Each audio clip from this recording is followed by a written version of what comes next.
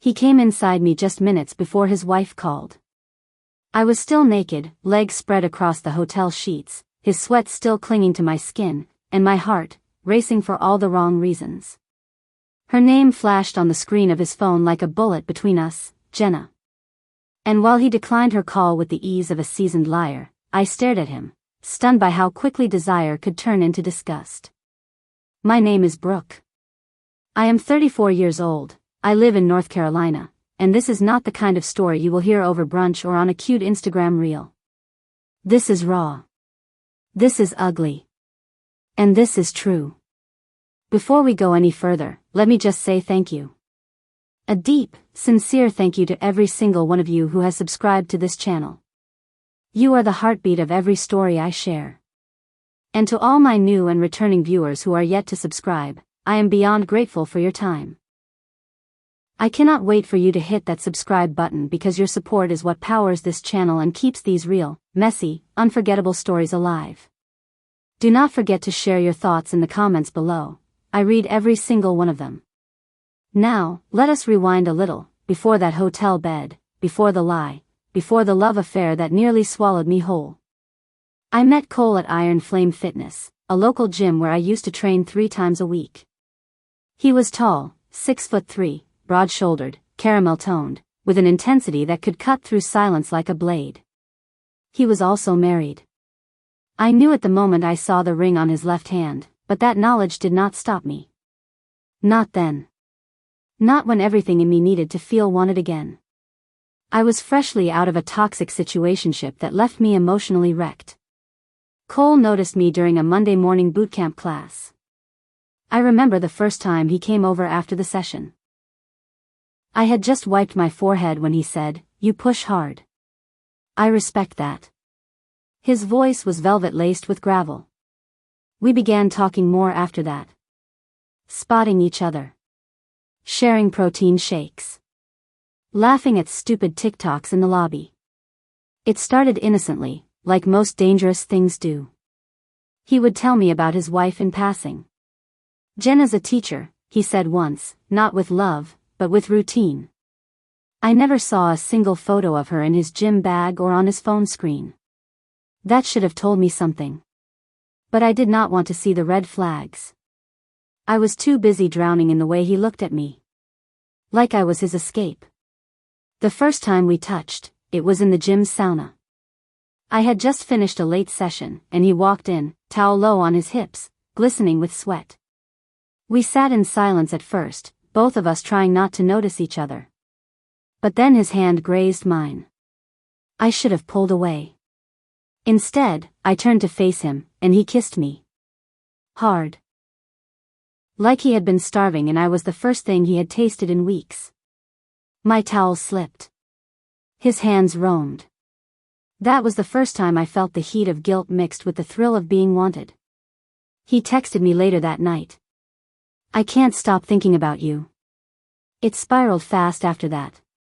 Secret lunches, locked car doors, quick stolen moments in the back of the gym. Every time we met, it was like his body begged for mine.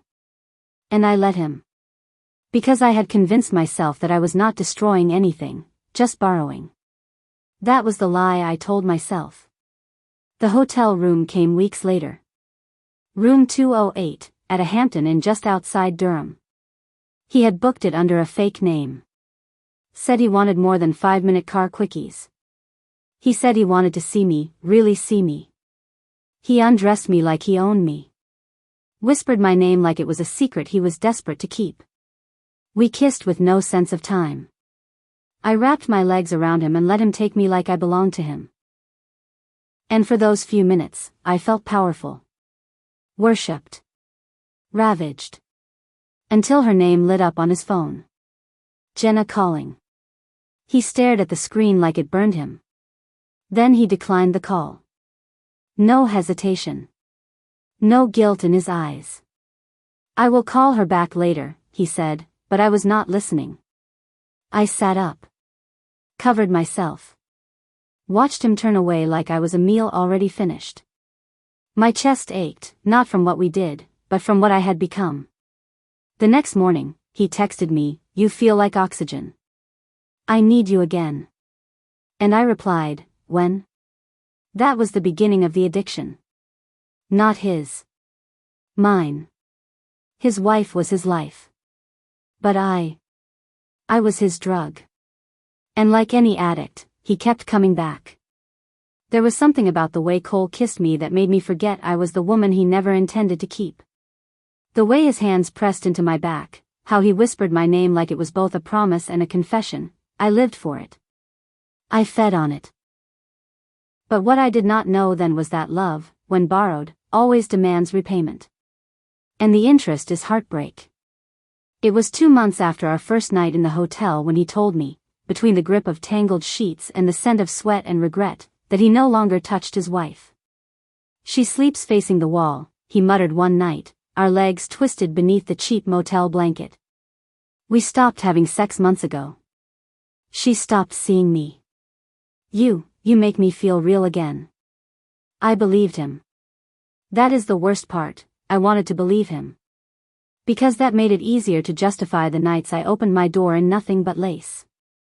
The moments I closed my eyes and ignored the fact that Jenna probably had dinner waiting for him at home. But something shifted the night he stayed longer than usual.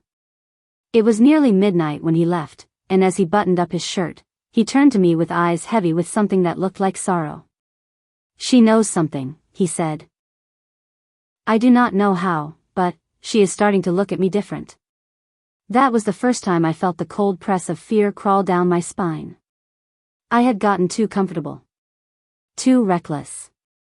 And Jenna, his quiet, unsuspecting wife, was waking up. Cole started sharing more about her after that night. He told me how she had grown cold over the years. How their marriage was held together by old photos and silent dinners. He painted her as a ghost, a woman who used to laugh at his jokes and now barely looked up from her wine glass. She wears the same robe every night. Lights one candle. Sits in the same spot on the couch. It is like living with a shadow, he said, staring at the ceiling like he was searching for a crack to disappear into. But every time he talked about her, I noticed something else. Something small. Subtle. Respect. Even in his bitterness, he spoke of her like a woman he once loved deeply. That realization hit me harder than I expected. I was not his replacement. I was his escape. And that made me hate her. Hate her for getting the version of him that came home. The version that everyone else saw. The husband. The provider. The man who kept promises, even if only in public. One afternoon, I was leaving the gym when I saw her. She was standing by a silver Subaru, sunglasses on, tight black leggings and a water bottle in hand. Her hair was pulled into a neat ponytail, not a single strand out of place. She was beautiful. Effortlessly composed. The kind of woman who turned heads without realizing it. I froze. She looked directly at me. Just for a second. And smiled. Not a warm smile. Not a kind one. It was the kind of smile that women share when they both know the same man is lying to them. Then she got in the car and drove off like nothing had happened. My hands trembled all the way home. The paranoia came next. I began checking my rearview mirror more often. Started looking over my shoulder in grocery stores. Every time my phone buzzed, I half expected it to be her. I had dreams of her showing up at my doorstep, her voice calm, her words sharp enough to slice through every excuse I could ever offer. But nothing happened. No confrontation. No late-night phone calls. Just silence. Until the envelope. It was left on my windshield at the gym. No name. Just my license plate written in black ink on the corner. Inside was a photo. Me and Cole. Kissing. His hand deep inside the back pocket of my jeans. On the back of the photo were just 4 words, "You are not invisible." I waited for Cole to text. Call. Explain. He did not. So I showed up at his job. He worked at a financial firm downtown, dressed in tailored suits and confidence. When he came out of the elevator and saw me, his face drained like I was death itself. "We need to talk," I said. He pulled me aside, into a stairwell. His voice was hushed and furious. "What are you doing here? Did you see the photo?" I asked. His jaw clenched. "I saw it. And nothing. She has not said a word. But I know she knows. I can feel it." His fingers gripped the railing behind him like he was holding on to the last inch of balance he had left. "She is watching us, Cole. I saw her at the gym." He did not respond. Just looked at me like he wanted to say everything and nothing at the same time. "I am scared," I admitted. "So am I," he whispered. That should have been the moment we ended it. But instead, he kissed me. Right there, in that stairwell. With the fluorescent lights flickering above us and the truth closing in like a noose. Because addiction does not care about logic. Or guilt. It only craves the next high. After that, everything unraveled. Jenna started showing up places I never expected. Coffee shops. My nail salon. Twice, I saw her parked down the street from my apartment. Always alone. Always watching. She never said a word. She never needed to. Her silence was louder than any scream. I told Cole we needed to stop. I told him I was drowning. That I could not keep being the secret that destroyed her life and mine. He held my face and said, "I love you. I need you." And I believed him. Again. Because I was not just addicted to him, I was addicted to being chosen. Even if it meant losing everything. The next night, I found a note taped to my apartment door. "We need to talk. Alone. Woman to woman. No name.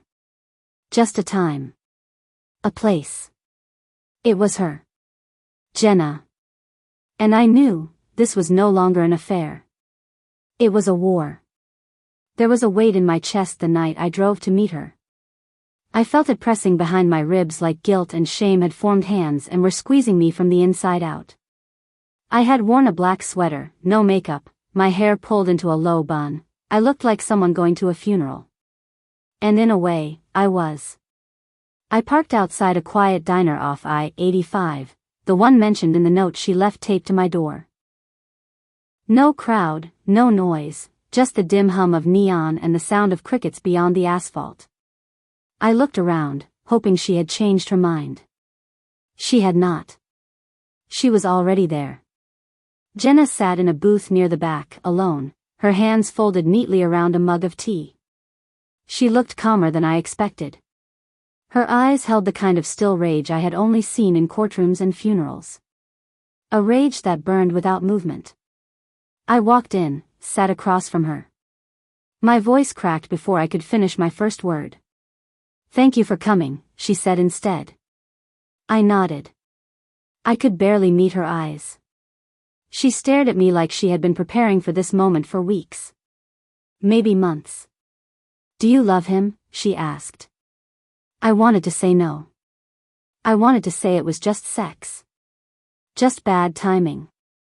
Just a broken woman making broken choices. But the truth would not leave room for dignity. "I thought I did," I whispered. "I think I still might." She nodded. No surprise. Just exhaustion. "Do you think he loves you?" I swallowed hard. "He said he did." She let out a dry laugh. "Cole says a lot of things." I sat there, frozen. "I knew about you before I left that picture," she continued. "He changed. He stopped lying well. He stopped hiding well." "Do you want to know when I knew for sure?" I did not answer. "The gym. That day I smiled at you." I remembered the look. The knowing. The mockery. That was the day I realized, he was not just cheating. He was repeating. That word cut deep. Repeating? She sipped her tea. Calm. Cold. You are not the first. You are just the first to think he would actually choose you. Her words shattered something inside me. I was where you are once, she said. Before I became the wife, I was the addiction too. He told me the same things. About his then wife.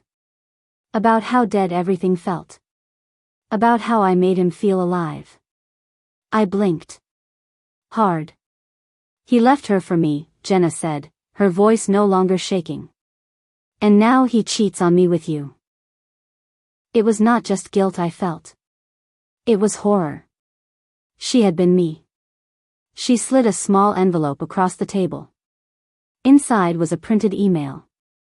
Cole's resignation notice. He quit, she said. Last night. He told his firm he is taking time off to travel. Alone. My throat tightened. He is gone? I asked. She nodded. He left this morning. No goodbye. Not to me. Not to you either, I bet. I shook my head. No, he said he loved me. She looked me in the eye.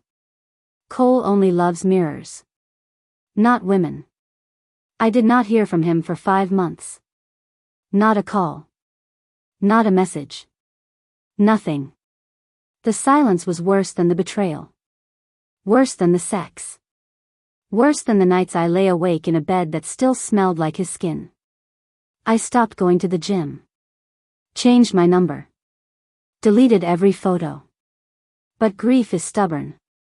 It lingers in places you least expect, like the toothpaste aisle where he once kissed my neck, or the gas station where he used to buy his protein shakes. The only closure I had was the night Jenna and I parted. Before she left the diner, she stood and leaned down toward me. You think the affair is the worst part, she said. It is not. The worst part is realizing you sold your soul to someone who never even kept the receipt. Then, one morning, 6 months after it all fell apart, he sent a message. A simple, hollow sentence. I think about you every day. I stared at it for 5 full minutes.